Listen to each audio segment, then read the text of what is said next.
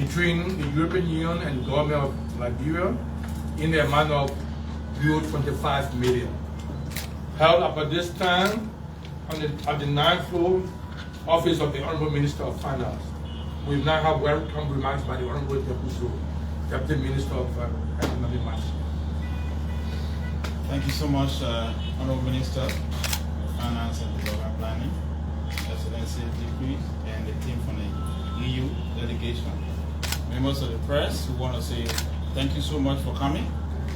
This is an opportunity for us to actually say to the Liberian people that the AARD implementation is a window that all of us are looked at from both public and private sector development.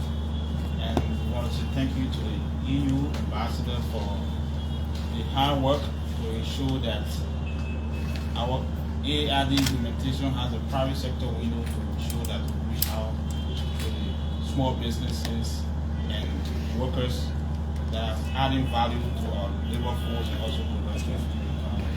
Honorable Minister, we want to say thank you for the guidance and the leadership. At this time, we want to say welcome to the ambassador and thank you for the opportunity. This is a great work done, and we hope that this will not be the first, term. But we're looking forward to having more of these to come to ensure that we have private sector development. We believe that private sector is the engine of growth of our. Thank you very much. Thank you very much. At this time, we have remarks from Her Excellency, Madam Nona Dupres, Ambassador of the European Union delegation to Liberia. Thank you very much. Thank you very much. So we're very honored to be here again today to sign this financing agreement on private sector development. So holistic package, because it is of course in line with the Paris agenda for inclusive development, but it also fits our program for TVET, which also includes the wood processing, but it also fits the Team Europe initiative on food sustainability, and the agriculture program where we look into the same value chains of cassava and fish, and the upcoming program where hopefully we will also give more support to the fisheries program. This is in line with our global gateway strategy, the 360 degrees approach, where we also look, of course, at decent work conditions, which have to come with any private sector development.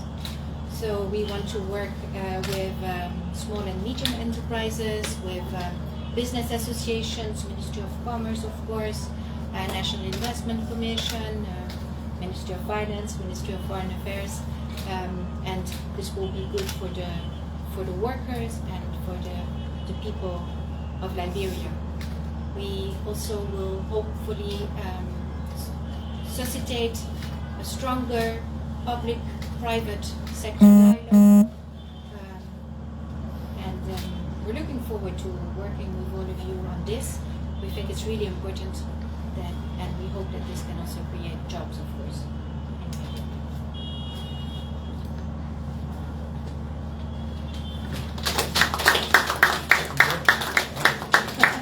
Thank you, Madam Ambassador.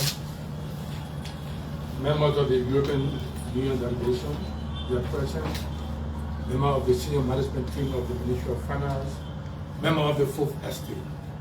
At this time, it's my pleasure and honor to now call on the Honorable Augustine P. Kafwan, Minister of Finance and Development Planning of the Republic of Liberia, who will now make special remarks on behalf of the government and people of Liberia at this time. The Honorable Minister. Madam Ambassador, my good friend, Nona, sorry for being a little informal on this, but you are a true friend to Liberia. For sometimes formality can dilute, the extent of the friendship.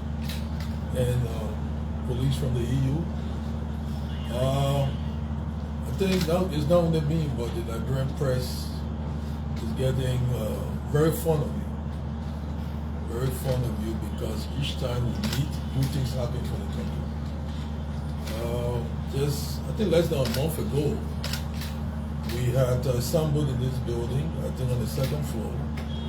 It was to sign a grant agreement, budget support, approximately I think 62 million for 3 years, including this year. And part of it was some support to PFM and of I think around 7 million euro. Key beneficiaries under that program will include the GAC and others.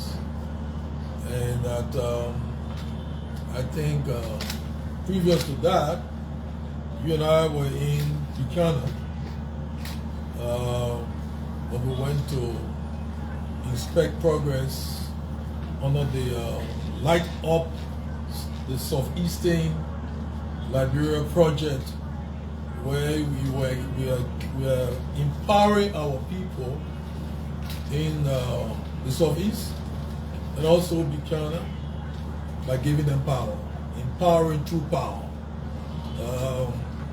I couldn't join you further because I had another engagement here, but we went to Greenville, and I think we reached as far as Backleyville. Not this time, but last time. Yes. Oh, okay.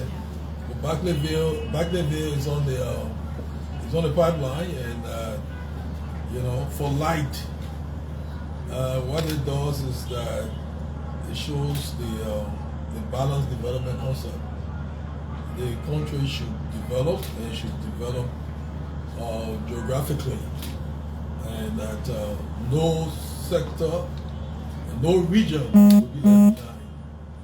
So, and just last week we had a steering committee meeting on that project where we made some key decisions, and we'll follow through on those decisions to make sure that the whatever ambitions we had under the project are actualized, including ramping up government support where there are gaps, because it's important.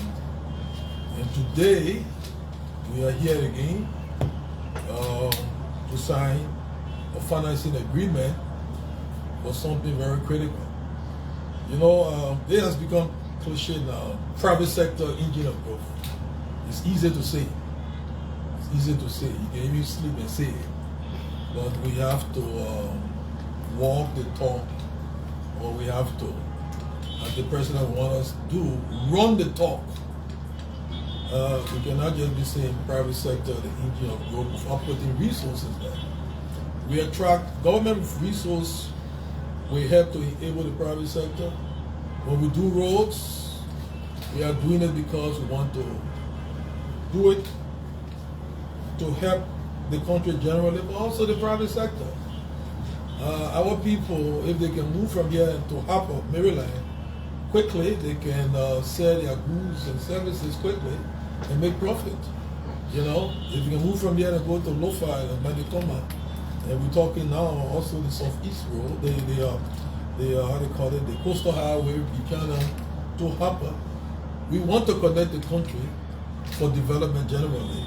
Development will affect health, it will affect education. A few minutes ago, I was here with children of this country. They have come, they are part of the what we call the children's parliament, and that they came with their speaker, and they have representatives from each of the counties. They came to engage the Minister of Finance on issues that relate to their future. And I was telling them, I will repeat here, that they had come to their building, and they came to the office of the Minister of Finance. They didn't come to my office because no one owns this office. It is for them, the young people. We are here today, if our being here of anything is to make it easier for the children of the future, and so that we ensure intergenerational equity. Now, this generation will make tomorrow's generation to have a head start in development. But we can do all the things we pledge, but if we abandon the private sector, it means that in football parlance we are scoring own goals. we cannot abandon the private sector. The private sector is the engine of growth, not being a cliche. The actions we are taking, electricity, powering the country, reducing the cost of business. The major constraint to business, small business, power. So we are doing things as a government, but through your support, we are collectivizing actions that will all redound to the kind of objectives we seek. And this $25 million support is going to the private sector. It's going to help to improve the cassava and value chain. It's going to affect wood. It's going to affect a lot of things that are critical to this country. And the sector ministries, commerce, and entities, including NAFA, all of them are going to get involved. But it's just this whole private sector development. The dialogue. When I came, I started some dialogue with the private sector. We want to institutionalize it. Even here at the Ministry of Finance, we are going to improve our private sector footprint as a ministry, so that it is not lost in the weeds. So I don't want to preempt too much. There are certain things we are going to do as a ministry to help to enable the private sector. We are working with all the branches and sectors and agencies of government. As you know, I think a few months ago we met at the National Food Authority. I went there personally, and we met the private sector. And we asked them to tell us, their constraints. They've said some things, and that we've taken some notes, and we have started to act. There are going to be actions in policy. There are going to be action in procedures. There are going to be action in resources. As you know now, at the level of the port with its limited resources is not talking about extending hours of service to the night. What does that do? It helps the private sector. When we can free containers from the port as quickly as possible, the turnaround period is shortened. The charges that business people are levied will drop, and you say a fast nickel is better than a slow dime. So that is happening. I think they are trying to expand the port because the economy is expanding, and the port as we have it cannot accommodate the traffic. We're doing the roads, we're doing many other things, and we have to continue to do so because that's how jobs will come. And jobs come mainly through the private sector. The government workforce is upwards of 60,000. We have more than 5 million persons. So how can we give jobs? We cannot bloat the government's payroll. No. We must do it through the private sector. So thank you very much. This support is on point. And again, as always, because one of the questions people will ask is there a loan or a grant? Is there a loan or a grant? You see my people in the back, they're telling us what it is. That's one of the special features of EU support. The grant dimension of it. What it means is that you are helping us indeed. And so we must continue to do things to justify your help. So, Madam Ambassador, on behalf of the President of the Republic of Liberia, His Excellency Joseph Yoma Boakai, the Vice President and the entire Cabinet, the legislators, judiciary, Liberian people, I want to convey to you, to the entire EU family, Liberia's appreciation for this generous support. The EU has been a partner indeed. And I say it, this year has been tough. We've hit some rocket shows. But, you know, when some partners step down on us, EU is stepping up for us in a lot of ways. And so the Liberian people remember that. At a critical hour, you are indeed a friend, and that always be seen as a worthy partner, trusted partner, and may God bless us all. Thank you. Which is the signing ceremony. That was a voice of Thank you, from the Minister. You can count on us. request to Very hard with you to make this a success. So that's how we come today. Those are things for part of the program from West African Life. It has been a pleasure. Thank you for following.